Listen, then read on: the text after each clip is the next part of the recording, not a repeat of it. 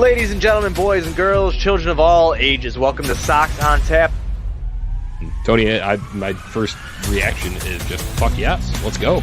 Sox versus Richmond. That's where it all starts. It all starts taking care of business in-house in the Central Division. That's right, I'm a meatball. You got to bring that top button swag, baby. It is always great to beat the Cubs. And I'm a homer, so I always say they're gonna. Dallas Keuchel Lansing got some beards that you should be afraid of. What everybody said when he gets out there, it's me versus the other guy, and I'm going to beat him. So I just love that mentality. It's cool and fucking tough. Steve, would you say that Tony is mad online? I would definitely say that. The White Sox winner.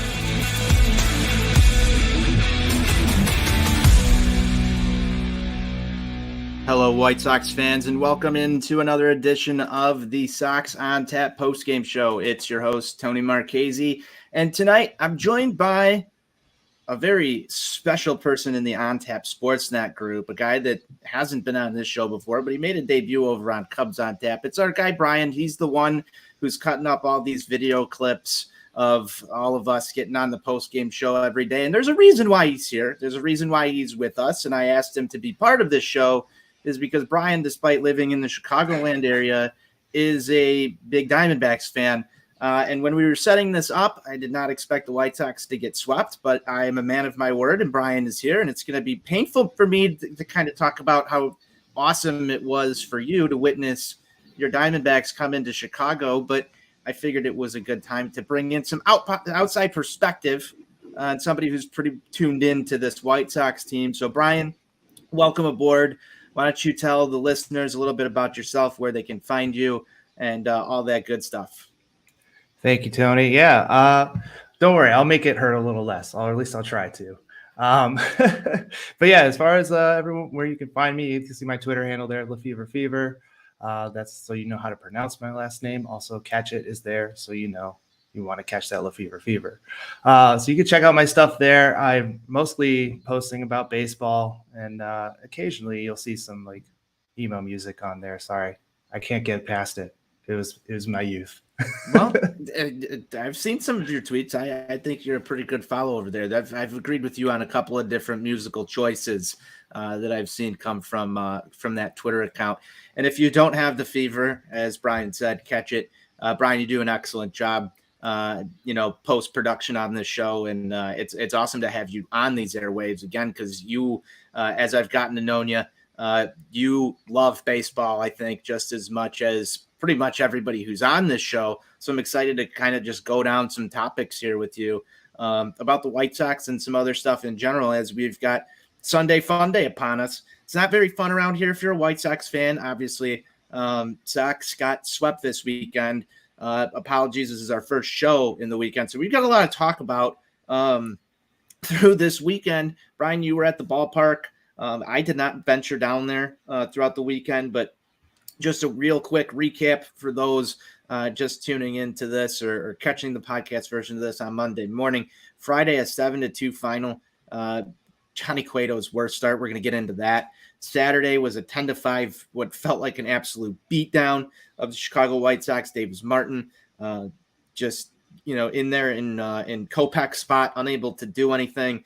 And then today, even more of a painful one. It's Dylan Cease going 8 innings, giving up 2 hits, both of them leaving the yard, and the White Sox once again a rally short of being able to come back in that ball game after Kendall Graveman is unable to keep the game tied. Just a lot to take in as a White Sox fan. I know, Brian, you're familiar with this team, but let's hear your overall reaction to this series with the Arizona Diamondbacks.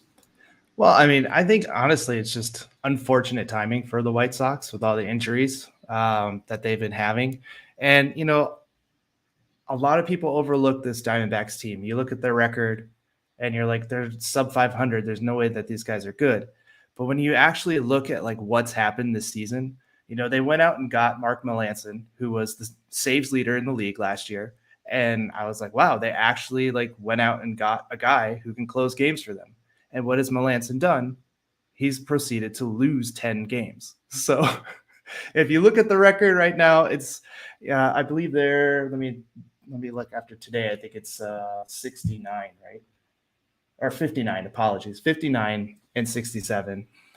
So we add those 10 losses, they're 69 and 67. But you also have to think about Ian Kennedy, who's closed out a few games. He has 4 losses. So 14 games that the Diamondbacks should have won. And that would actually put them in the wild card race ahead of San Diego in the standings. So they're a lot better team than they actually look. It's just their story for the last 5 years, and probably for even longer, has been their bullpen problems. Like they cannot close out games. And it started okay at the beginning of the season, but it's starting to creep back up on them. Like even last night, Melanson came in, and that's when the Sox rally started. And I was even shouting from the stands, Torrey, what are you thinking? There's no lead is safe with Melanson out there. And it's just, he's just in something right now where it's just not working for him. Well, they came into town and played the White Sox. So Brian, everything seemed to come up. Diamondbacks. This whole season has just felt, it's the weirdest movie I've ever watched. And it's on repeat. We've called it Groundhog Day on this show. It's the broken record. You're talking, and this is what's more painful for me as the White Sox fan to hear this, is what's going on with the Diamondbacks. Well, they're a better ball club, but they just can't close out games. Look at these scores: 7-2, 10-5, 3-2. They didn't seem to have any trouble closing out games against the Chicago White Sox. And if we we talk about measuring stick series all the time, Brian, right? Like the White Sox go in, or you play the Houston Astros, or you play the New York Yankees. Some of the measuring stick series for the White Sox this season that they've failed to even measure up to, you're talking about the Kansas City Royals. You're talking about the Arizona Diamondbacks. You're talking about teams of that ilk where the White Sox should have been able to take 2 out of 3 very easily from this ball club, at least on paper. I know there's injuries that are stacked up over the course of the weekend. We'll get to a couple of those. And this team just has played a lot of uninspiring baseball. You're telling me this as if, it's supposed to make it feel better that the Diamondbacks, are a much better ball club than they're made out to be. As a White Sox fan, I'm hearing that and going, this is even more fucking pathetic that the White Sox couldn't get over a team that's had this many bullpen issues. And I'm hearing it from you firsthand right now. It's making me even more #MadOnline just thinking about it. But yeah, I don't understand this one. We wanted to talk about Friday. This was Johnny Cueto Day for the White Sox. Obviously, we all know, if you're a listener of this show, what the ramifications are of each and every single one of these ball games. Johnny Cueto's been pretty much lights out for the White Sox during his tenure here. The streak of quality starts was absolutely impressive. You come into Friday's game, and I think it's the worst start of Johnny Cueto's career in a White Sox uniform. Brian, any thoughts from that one? Yeah, I was watching the game, and it's not to get into the blackouts, but I had to find a different way to watch the game because I can't watch them because I live in Chicago and I don't have cable. So, I was able to find a stream of it, and as I'm watching in that second inning where the Diamondbacks put up 6 runs, you could see that something wasn't right between Sebi Zavala and Johnny Cueto. So much so that even Bob Brenly, I was watching the Diamondbacks broadcast of it. So Bob Brenly mentioned it during the broadcast, and he's like, you don't see this kind of emotion come out of Johnny Cueto. And he's very familiar with him because, he did Cubs games for so long and Cueto was in Cincinnati. So he has that knowledge, and he's watching, and in the next inning, the third inning, Cueto's throwing the rosin back down on the ground. And again, Brenly was like, that's just not something that you see out of Johnny Cueto. And that at bat with Varsho in the third inning is really where it all kind of like came to a head to me, where I'm like, man, what is happening? Because they just could not get on the same page. Whether you think it's like a pitch comm issue, but it's not. Like, it didn't seem like that because Cueto just did not like the pitches that Sebi was calling or what was happening. And eventually it just led to a fastball right over the middle of the plate that Varsho took out. And, so something I think between the two of them had to be addressed. I don't know if Cueto is just used to having Grandal. I haven't been paying attention to like who's catching his starts so much. Was it always Grandal or Reese McGuire when he was here? But yeah, that's that was like the thing that stood out to me the most was the disconnect between the two, the battery mates there for the White Sox. And I think that's ultimately what led to the downfall on Friday for Cueto. Yeah, it was a very un-Johnny Cueto-esque start. Brian, I'll be honest with you. I don't have the data in front of me to tell you who Johnny Cueto's been throwing to. But I would say Seby Zavala's had a lot of the duties behind the plate since Grandal has had the various injuries, and Reese McGuire has left the team via trade. You've seen a lot of Seby Zavala back there. Cueto in this game gives up 5 hits, 7 earned runs. That was the most he's given up all year. So it's really easy to say that was his worst start. But overall, the White Sox offense in Friday night's ball game also unable to do anything. You were able to get 2 runs across, but 7-2 final. Not a lot of offense there. Let's move ahead to Saturday's game. You were there. Davis Martin gets the start for the White Sox. He didn't look very, very great either. Winds up getting himself yanked pretty early in this ball game. We've seen good things from Davis Martin in very small sample sizes, and we've seen some not so great things from Davis Martin. But again, here's a kid in a position where he needs to come up and have a big start for a team that is, I guess, still trying to compete for a playoff spot. And they just were not able to get the job done. You were there. This game got very hostile. And we'll talk a little bit about what was going on in the stands and stuff at 35th and Shields here. But give me your thoughts on Saturday's ball game, Brian.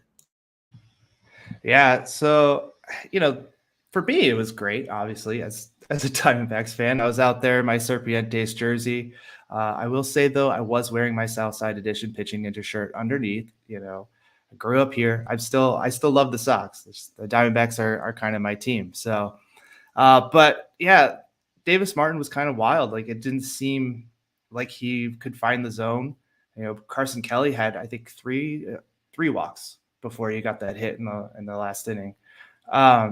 And it's also like typical Diamondback baseball too. Like, we talk about these scores here in these games.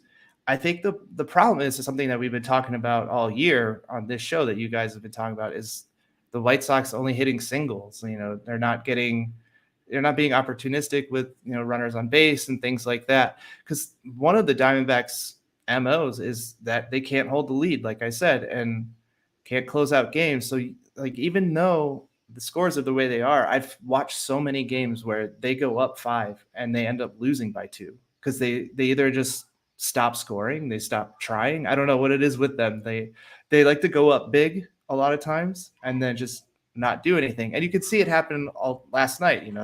They went up early and they tacked on a couple runs over one off of Velasquez and then one off of who was it? It wasn't Ruiz. I forget who came in after.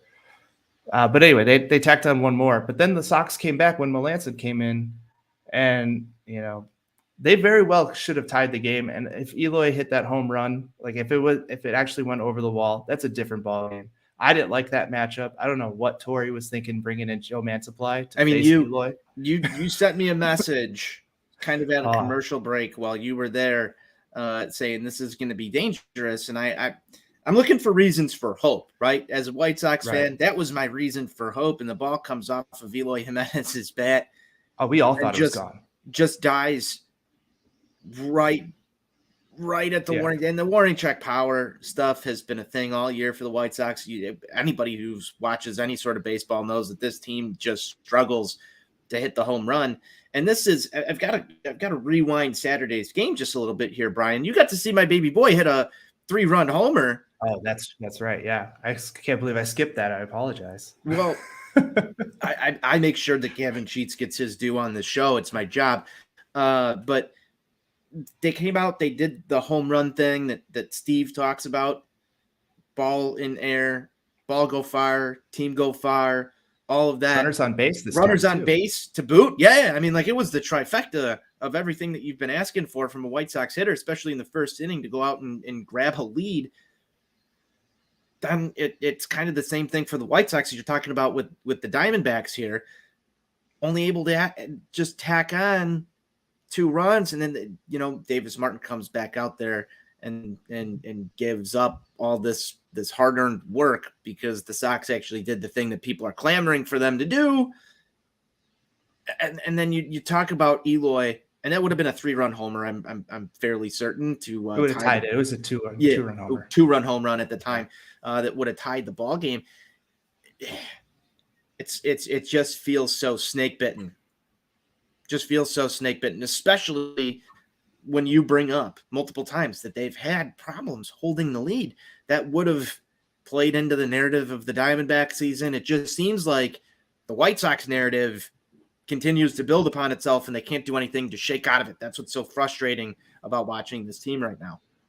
Yeah. And I wonder, like I said, I wonder about that decision to bring in Joe Mantiply. And I think Torrey just had all the faith in the world to keep Melanson in and didn't put up a righty, and all he had was Mantiply. So I think that's why he did that.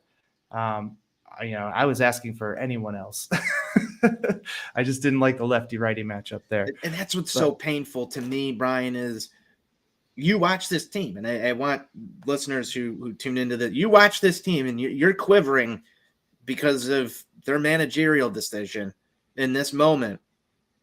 Eloy gives it a ride, but it just wasn't enough. And at the end of the day, Arizona walks away with the second row in a win over the Chicago White Sox, and things get even bleaker from there. Yeah. At least from the White Sox perspective. Yeah. I mean, yeah. I don't know. I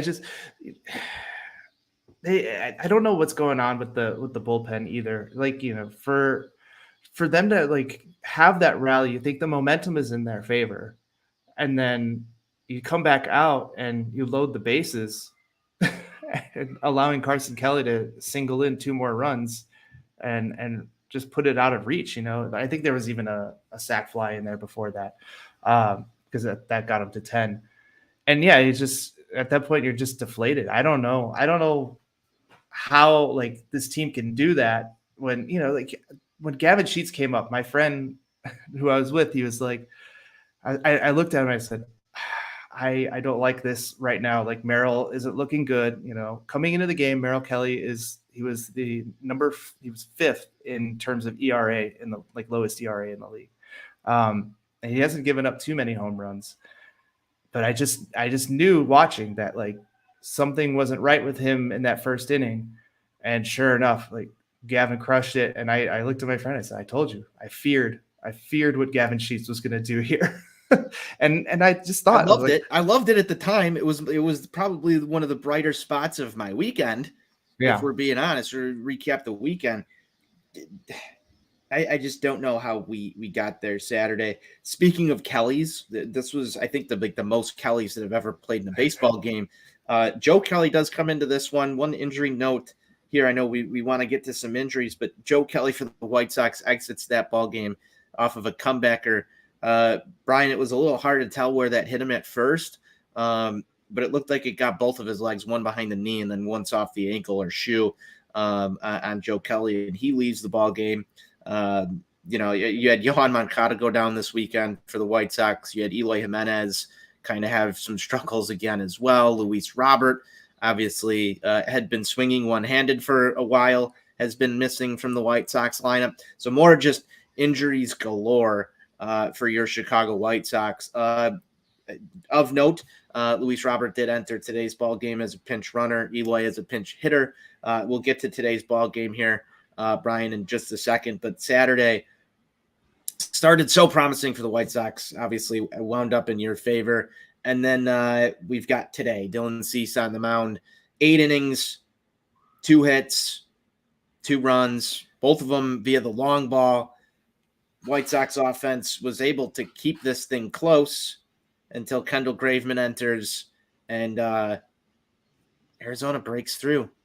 And that's coming in the 9th inning, and that one hurts, I think, the most as a White Sox fan, Brian. But you got to feel good on the other end, and I'm just going to keep drinking this away. But well, here's the thing. So interesting broken. stat on Dylan Cease. The way to get to him is early. And I think it's in the first 2 innings they were talking about on the broadcast that 8 of those 12 home runs he's given up this season have come in that first 2 innings. And so Stone Garrett hitting that in the first inning was huge. And that's, he just recently got called up, and that's a righty bat that Diamondbacks fans have been clamoring for him to be called up. Like even before the Emmanuel Rivera trade that they made with the Royals, Stone Garrett was having this power season down at AAA, and they're like, we need a righty bat. And like just having one righty bat in the lineup, you could even see it on Saturday, just the lineup diversity it created for Torrey to be able to go lefty righty, switch lefty righty. Careful saying it on this show.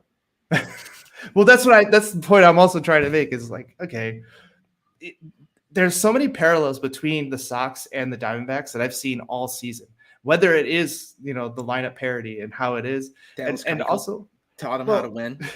Yeah. Dallas Keuchel totally taught them how to win.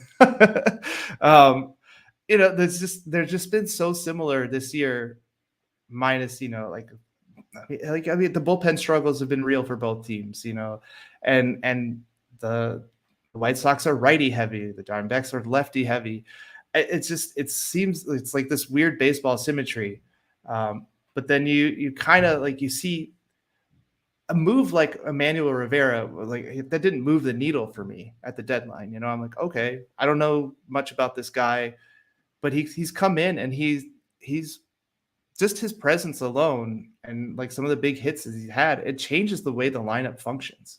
And so that is something where I'm like, I don't understand why the White Sox couldn't even just find like a serviceable lefty outfield bat. Like didn't have to go swing. Careful who we're talking about here, because I feel that Gavin Sheets is the lefty outfield at bat that they have to play with right now, and yes, unfortunately, he's not the best defender out there, and you can find every reason to hate on some of the outfield play of both Andrew Vaughn and Gavin Sheets, but I like when Gavin's in the lineup, and he's been very serviceable as a pinch hitter, especially since coming back up from that stint down in Charlotte. But it's just interesting to hear like that baseball symmetry that you talk about, with them being a very, one plate side dominant team, and how the lineup functions when you get that right-handed bat or that left-handed bat in there that can do some damage in just, those prime opportunity spots. Talk about being opportunistic. That's one of the things that you have to have in your lineup in order for you to score a lot of runs. And unfortunately, I think for both of these ball clubs, they run into these situations all the time. And I wouldn't say I watch a lot of Diamondbacks baseball. I've learned more about it this year through you. But I haven't watched a lot of Diamondbacks baseball since Craig Counsell was there. So I'm not too familiar with what's been going on with them on a day-to-day basis, Brian, but it just feels, and this is where I think White Sox fans, don't take this the wrong way, Brian, it just feels like the White Sox shouldn't be operating at Diamondbacks level right now. And it's you're playing subpar baseball to the Arizona Diamondbacks. I think that the fans just want more. So I want to hone back in on Saturday's baseball game. I know we kind of flew through today's, but you had some fans out in the stands with a sell the team sign, and you were there. You saw it eventually moved over to the dugout before getting confiscated. You can check out a picture of that sign over at ontapsportsnet.com. We got an article up about it. Brian, how hostile was it there at the ballpark in terms of White Sox fans? Have you experienced that with the Diamondbacks at any point in time? Or just give me what your thoughts are on how that environment was, knowing the storyline of this team and knowing that Dallas Keuchel taught them how to win and where we're at right now. So yeah, I mean, if you live in Redditville, you experience all kinds of that stuff, especially in the Diamondbacks chats where people wanted to fire Torrey after last season and they were upset that he was given another chance. But I think it's a tale of two different teams in perspective. Like coming into the year, White Sox were World Series favorites. They're supposed to be there. Their playoffs were a lock, like it was guaranteed based on the Central. the Diamondbacks are still an up and coming team. They've called up a lot of young players, like players making their debuts this year, Alec Thomas and Jake McCarthy, who honestly, I just love that kid. He was the killer in these last 2 games. Like he drove in the winning run today, and he had I think he was on base 4 times yesterday, and he stole 2 bases. So if anyone taught the Diamondbacks how to win, I would say it's Jake McCarthy. He's the battery that makes the team go, in my opinion. But as far like I'm saying, I just think you have to look. Like I think the reason why you're saying we shouldn't be playing at the Diamondbacks level is because of what we were sold at the beginning of the year, right? And I don't know. Whereas if you look at the Diamondbacks and they're under 500, and like I said, I mentioned before, the losses that they had from their closers, that they be a playoff team. It's still fun. Like this is the most fun I've had since probably 2017 or maybe 2018 when we had JD Martinez. And it's no longer a sad thing to watch anymore, even though they're under 500. You got these kids who are playing so well, and like you're just excited to see them. Careful with that, because it's very similar to me. And you talk about sort of the expectations when a ball club comes and reports into spring training, and what's the general consensus feel about a team, Brian. I don't think anybody was picking the Diamondbacks to be a playoff team this year. Whereas the White Sox, obviously, you said World Series contenders, World Series favorites, obvious AL Central favorites. To be 5-6 games back as we close down the last week of August, I don't think anybody in their right mind would have said in Vegas that was even really possible. You saw the odds going into the season. There was a lot of people where, the White Sox were pretty smart money when it came to just their chances to win this division. It's unreal where we're at. And I remember 2018, 2019, and even 2020 for this White Sox team. You talk about kids that come up and start to be that battery or the straw that stirs the drink, whatever metaphor you want to use for a guy that's going to come up and be that guy. The Sox had a lot of them push through this system. They've emptied the farm system into the major leagues, and you're just sitting here right now, and the taste in your mouth is not pleasant, and it's not fun. Whereas you get to watch pretty pressure-free baseball at this point in time. You talk about having, a really good season as a fan and having fun. I'm jealous of that personally on the White Sox side, because right now it just seems like everything around this ball club is completely negative. There's not really any good things that anybody's saying online and any social media platform about the Chicago White Sox. It's sad. And you talk about the hostility at the ballpark, where things go from here. I don't know, because I've never seen this before. Yeah. I mean, the Fire Tony chants were ringing out pretty loud last night. That's, especially after they gave up the 3 runs in the ninth. I think it was the ninth, right? So yeah, I mean, and to sell the team sign out there, everyone was cheering for that. Those people, every time they opened the sign, everyone was like so excited. Like I was like, what's going on in the bleachers? Like, and you see the sign out there, and then they're behind the dugout now. And the boos that rang out when the security guard stole the sign and crumpled it up, and like he like made a show of it too. Like he was like, I thought they got kicked out. I messaged you and I was like, I think they got kicked out, but they didn't. And he just crumpled it up and like kicked it down the stairs to another security guard, and it just laid there the rest of the game. And I hadn't, I guess, it's one thing in like Reddit chats. I haven't really experienced that in a ballpark before, where people are actively like booing the manager and like with the Fire Tony chants, and up to this point, I've thought like, maybe it's like a bit of an overreaction. Like I'm kind of with you. I think Tony's made some questionable decisions, sure. But I don't know if firing him is the answer. I don't know like what the answer is to get this team on track. The hard part is, like you said, these guys have been pushed up. They're in the majors now, but there's no one else really coming. Like maybe Colson Montgomery, Oscar Colas, right? But there's not much.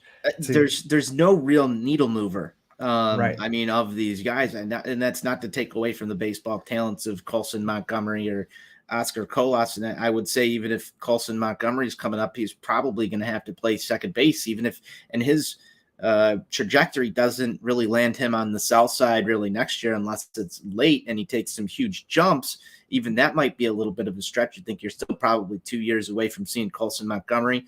Oscar Colas probably at some point next year, but I just don't see that spark coming internally right now, Brian.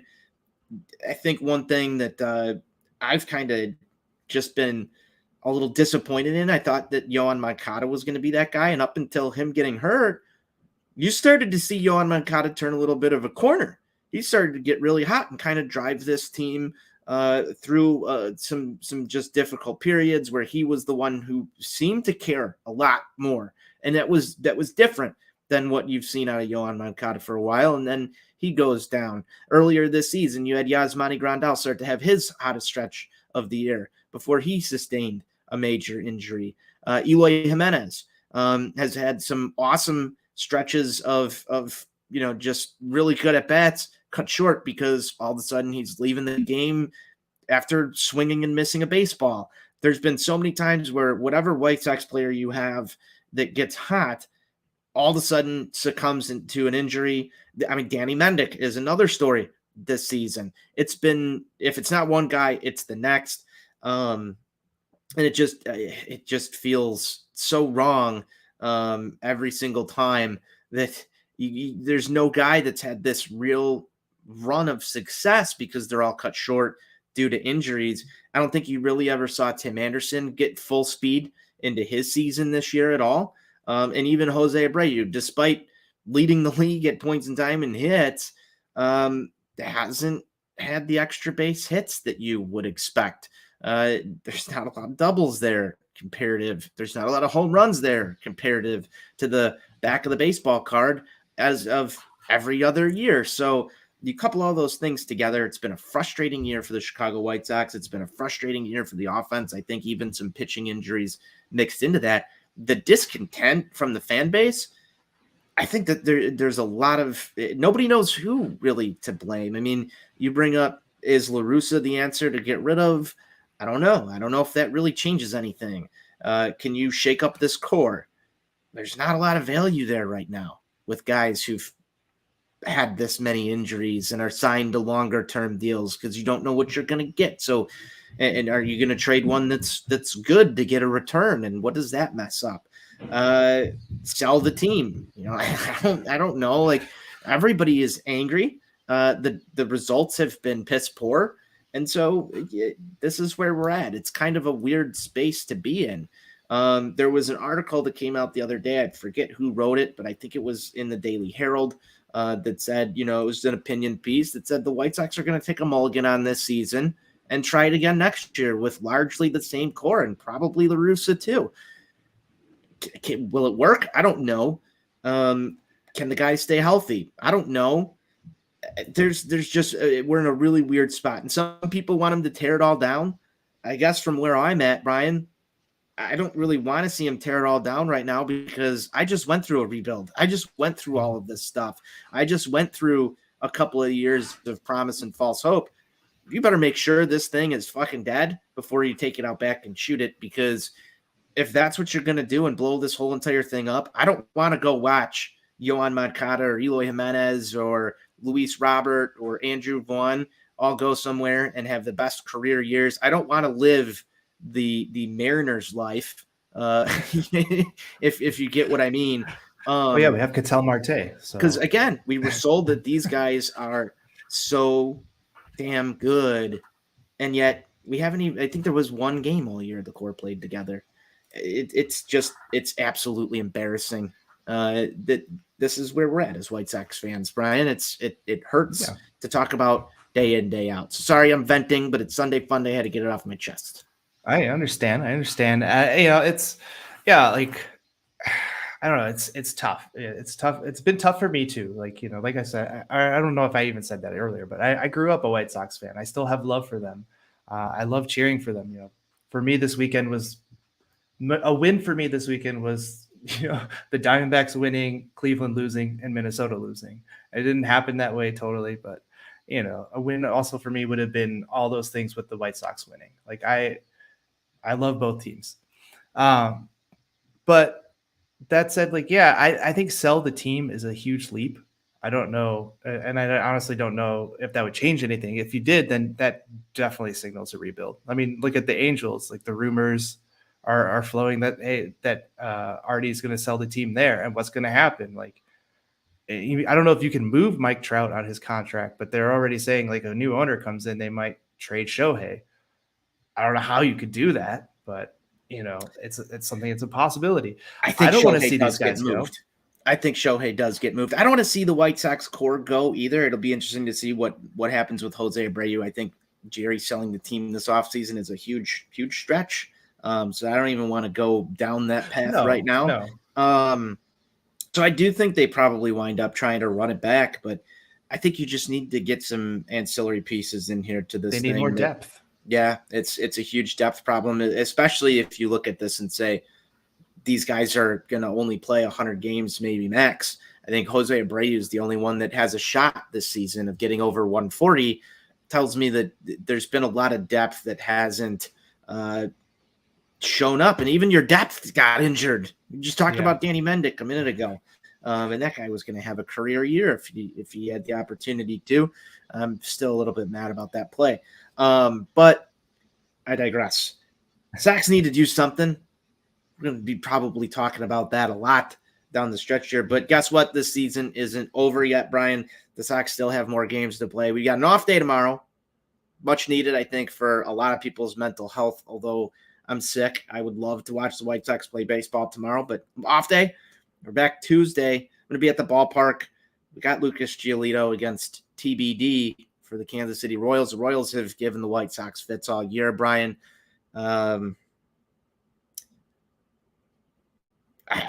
It's hard to go into this with a lot of faith, right? It's hard to go into this with a lot of faith. Wise man once told me by the name of Negative Nani, never get up for the letdown. I'm starting to get into that kind of mindset here because things have been so bleak in terms of the Chicago White Sox offense and scoring runs and just ultimately winning ball games.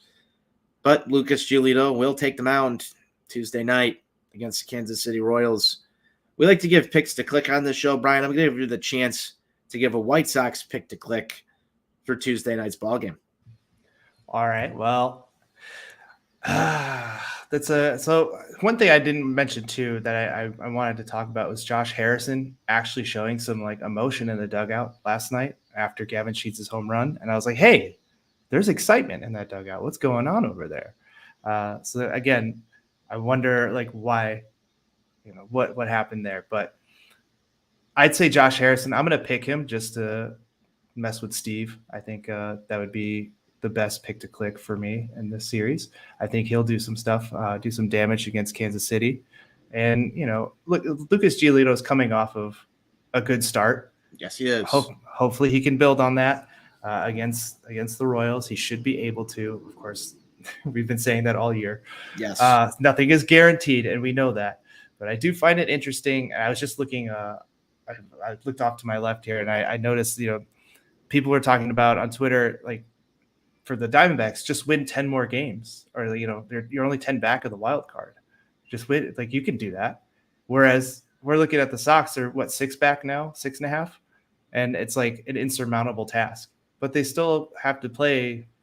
How many more times? I haven't looked at the schedule. How many times have the Royals, the Guardians, or the Twins? Like they can gain ground on those guys in the final month here. You might be the most positive one that's ever gotten on this show this year, Brian. Look, you could, I want to be as positive as you. Take my title. But but also, maybe you could get down for the let up. I don't know. Maybe because you were talking last time too, like maybe we need more negative energy. So just get down for the let up. And that's why I'm going to pick Josh Harrison for my pick to click. Yeah, I like the shot at our guy NWI Steve. I think that's poetic and beautiful. I like the Harrison pick. I'm gonna go Mr. Jose Abreu. You know he's gonna be in the lineup. It's been not the August that people expected Jose Abreu to have. So it's time to close August with some August Abreu and just have a good start to September. I'm going Jose Abreu. It's been far too long since this guy's had a home run. In fact, this whole lineup is due. Maybe outside of Gavin Sheets, this entire lineup's due. I think Jose Abreu has to get the job done, Brian. Definitely. And speaking of being due for home runs, there was a kid behind me last night when the Sox went down 10-5, and he's like, just 5 home runs. That's all we need. Just 5 home runs. And I was like, oh, buddy, you're going to need like maybe 10 singles at this point. Yeah. And that's something that the White Sox have just, it's been such a rough well, year. for Friday's game, I think the outfield defense is like that is what, you know, the exciting thing for the Diamondbacks right now is that outfield defense. And on Friday, like they put that on full display. Like you said, Abreu didn't have any like extra base hits. I mean, Alek Thomas robbed him of one. He had an easy double. As so often it happens for the Chicago White Sox. And I was very impressed, Brian, if I do have one final thought from this series. I was very impressed with Alek Thomas. I think that, Chicago kid, local product coming in here. And we've seen this with the White Sox a couple of times this year. Kansas City seems to just draft up every single kid that comes out of this area. Now you see Alek Thomas coming in and just going on full display for the Chicago White Sox organization, why they should have picked him, right? Like, it just seems like we've had a lot of that. I don't know what to call it. The statement games from some guys who grew up White Sox fans or whatever, came into town and just played balls to the wall baseball, carried a lot of positive energy to their ball clubs, and they've been able to handle the Chicago White Sox with ease. And you see that with two teams, the Diamondbacks and the Royals. It's just starting to become a pattern, at least something that I've noticed over the course of this year. I mean, does your strength and conditioning coach's son, like I don't know how you pass on that. Yeah, I don't really know either, Brian, but the White Sox, as we say around these parts, hashtag that's so White Sox.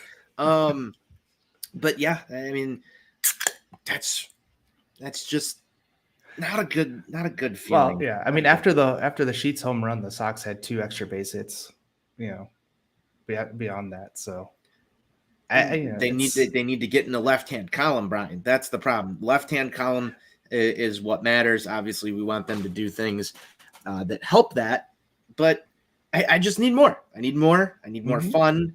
I need more fireworks. I need more wins. And I think most White Sox fans are there. Huge series coming up with Kansas City, Brian. Any final thoughts? No, not really. But I just to again stray away from some of the negative energy, I do want to share a quick story. Go for it. I was able to snag an autograph from Ketel Marte last night because our seats were right behind the Diamondbacks dugout. And then after the game, I hung out for a bit.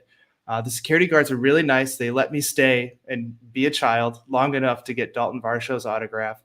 And there was a young White Sox fan there with me. And he had been waiting a while too. And he got Dalton Varshaw's autograph, but he really wanted Ketel Marte's. I actually already have a signed ball from Ketel Marte.